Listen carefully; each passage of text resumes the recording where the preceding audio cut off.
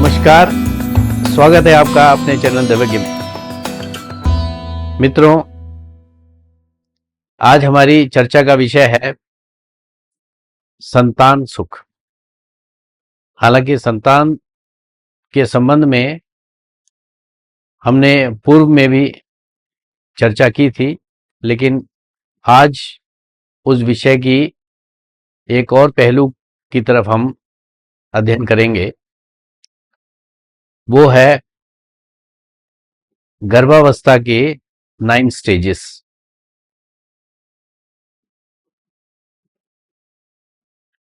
प्रत्येक व्यक्ति को जीवन में पूर्णतम माना जाता है जब वो आर्थिक रूप से स्थायित्व प्राप्त करके विवाह करके अपना घर बसाता है और वंश वृद्धि करता है।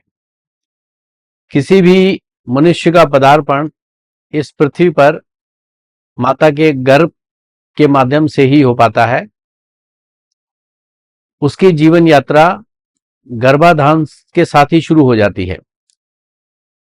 शिशु का गर्भ में होना उसका प्रारब्ध निर्धारित करता है, अर्थात उसके प्रारब्ध से ही डिसाइड होता है कि उसका जन्म कब, कहां और किस माता के गर्भ से होगा। आधुनिक चिकित्सकों के अनुसार गर्भाधान के तृतीय माह में शिशु सूक्ष्म रूप से माता के गर्भ में प्रवेश करता है। अति सूक्ष्म अवस्था में होने के बावजूद भी गर्भकाल में बालक की चेतना शक्ति वयस्क के समान ही होती है। माना जाता है कि गर्भकाल में शिशु पर आने वाली परेशानियां उनकी वजह प्रारब्ध के अनुसार और माता पिता के भाग्य से होती हैं। माता की कुंडली में अशुभ ग्रहों की दशाएं चल रही हों तो गर्भ का गिरना, बालक का पूर्ण ना होना और मृत पैदा होना आदि जैसी घटनाएं हो सकती हैं।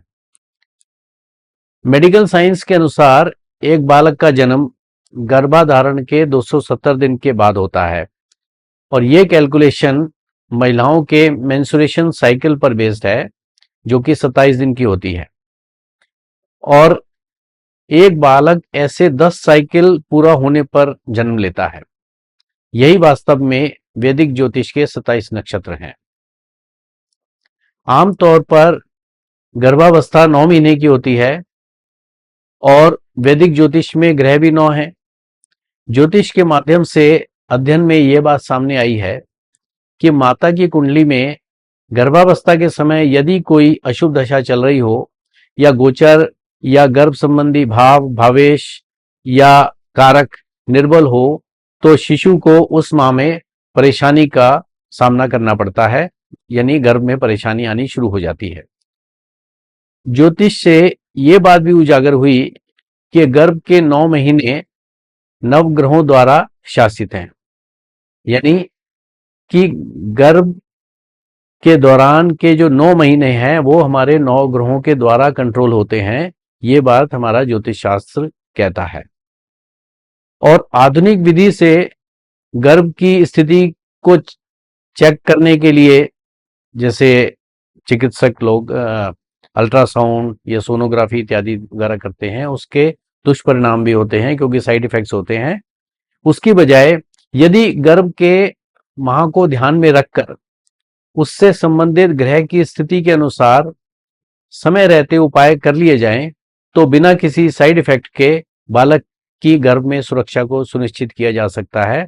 ये हमारा ज्योतिष शास्त्र कहता है। और प्रत्येक माह का एक स्वामी ग्रह होता है, यानी हर एक माह को एक ग्रह हमारा कंट्रोल करता है। जैसे कि हमारा प्रथम महीना जो गर्भ का होता है उसमें वीर्य मिश्रण जो है वो तरल पदार्थ के रूप में होता है, इसलिए इस माह का स्वामी शुक्र ग्रह होता है क्योंकि शुक्र वीर्य का कारक है। इस समय यह ध्यान रखना होता है कि कुंडली में शुक्र की क्या स्थिति है, यानी महिला की कुंडली में शुक्र की पोजीशन क्या है उसको चेक करना होता है। और गोचर में शुक्र कहीं अशुभ ग्रहों के प्रभाव में तो नहीं आ रहा है, इसको भी ध्यान देना होता है। यदि ऐसा हो तो शुक्र का उपाय समय रहते हमें कर लेना चाहिए। उसका उपाय बहुत सिंपल है, यानी कि घर में जो भी हमारा पूजा स्थल है उसको साफ सुथरा रखें और पूजा में काम आने वाली जो भी वस्तुएं हैं उनको सही रूप में व्यवस्थित तरीके से पूजा घर में रखा जाना चाहिए। उसके बाद में आता है गर्भ का दूसरा माह। इस माह में तरल पदार्थ जो है वो ठोस रूप लेना शुरू कर देता है और मंगल पृथ्वी पुत्र कहा जाता है और वो ठोस अवस्था और मांस का कारक है। इसलिए मंगल इस महीने में सेकंड मंथ का द्वितीय माह का शासक ग्रह है। यदि मंगल महिला की कुंडली में अशुभ भावों में हो, वक्री हो या पीड़ित हो या गोचर में अशुभ स्थिति में हो तो गर्भ संबंधी समस्याएं आने लगती हैं दूसरे महीने में। तो इसका उपाय है कि पति पत्नी दोनों को मंगल ग्रह की शांति के लिए हनुमान जी की उपासना करनी चाहिए। फिर आता है तीसरा महीना यानी तृतीय माह। इस माह में भ्रूण के अंग बनने शुरू हो जाते हैं, यानी कि हाथ पैर, कान, हाथ पैरों की उंगलियां इत्यादि बनते हैं और भ्रूण का लिंग भी इसी महीने में निर्धारित होता है। इस महीने में ही भ्रूण में अब जीव अंश शुरू होता है और मेडिकल साइंस भी यही मानती है कि शिशु में जीव अंश जो है तीसरे महीने में आता है, यानी उसमें हरकत जीवन का जो संचालन है वो तीसरे महीने में होता है और यही हमारा ज्योतिष शास्त्र भी कहता है। बृहस्पति को जीवा भी कहा जाता है, अर्थात जीवन को प्रदान करने वाला ग्रह बृहस्पति। तो अतः तृतीय माह का जो शासक ग्रह है वो बृहस्पति होता है। यदि स्त्री की कुंडली में बृहस्पति ग्रह वक्री हो, अशुभ भावों में हो या अशुभ प्रभाव में हो, अशुभ ग्रहों के प्रभाव में, दुष्प्रभाव में हो, तो जीव के प्रवेश से पहले गर्भपात की संभावना बहुत अधिक होती है। इस माह में गर्भपात की घटनाएं इन्हीं 12 हफ्तों में सबसे ज्यादा होती हैं और यदि गर्भपात वैसे भी अगर किसी को कराने का निश्चय करना है तो उनको ये निर्णय अपना इसी महीने में कर लेना चाहिए। अब इसमें अगर बृहस्पति की अगर अशुभ स्थिति है तो उसके लिए जो स्त्री है उसको अपने खाने में हल्दी और केसर का प्रयोग करना चाहिए और चंदन का तिलक लगाना चाहिए। फिर आता है चतुर्थ माह। चतुर्थ माह में सूर्य हड्डियों का कारक है और इसी दौरान शरीर में उस भ्रूण में हड्डियों का निर्माण शुरू हो जाता है जो कि ताकत और मानव शरीर की संरचना का प्रतीक है। यदि महिला की कुंडली में सूर्य अशुभ स्थिति में हो, गोचर में सूर्य राहु या केतु के साथ हो, तो ग्रहण की स्थिति भ्रूण के लिए काफी समस्याएं पैदा कर सकती है। बहुत डेंजरस सिचुएशन होती है अगर ग्रहण उस दौरान में हो। तो इस दुष्प्रभाव से बचने के लिए महिला को सूर्य की उपासना करनी चाहिए, उगते हुए सूर्य के सम्मुख उसको बैठना चाहिए और गायत्री मंत्र का जाप करें तो तृतीय माह में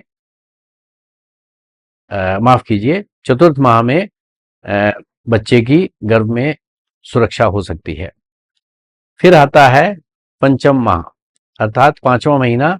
इस महीने में भ्रूण के अंदर रक्त बनने लगता है। चंद्रमा क्योंकि शरीर में सभी प्रकार के तरल पदार्थ यानी ऑल लिक्विड्स जो हमारे शरीर के अंदर हैं उसका कारक ग्रह है चंद्रमा, और इसलिए चंद्रमा गर्भ के पांचवें माह का शासक ग्रह है। रक्त का संचार चंद्रमा के अधिकार क्षेत्र में आता है। तो स्त्री की कुंडली में चंद्रमा खराब स्थिति में हो, निर्बल हो, इस माह में चंद्र ग्रहण हो या चंद्रमा अशुभ ग्रहों से पीड़ित हो तो महिला और भ्रूण को समस्याएं आ सकती हैं। इसलिए इस महीने में विशेष सावधानी की जरूरत होती है। तो महिला को चंद्रदेव का पूजन करना चाहिए और चांदी के बर्तन में पानी पीना चाहिए। फिर आता है षष्ठ माह अर्थात छठा महीना। इस माह में मुख्य रूप से शिशु के बाल व नाखून विकसित होते हैं।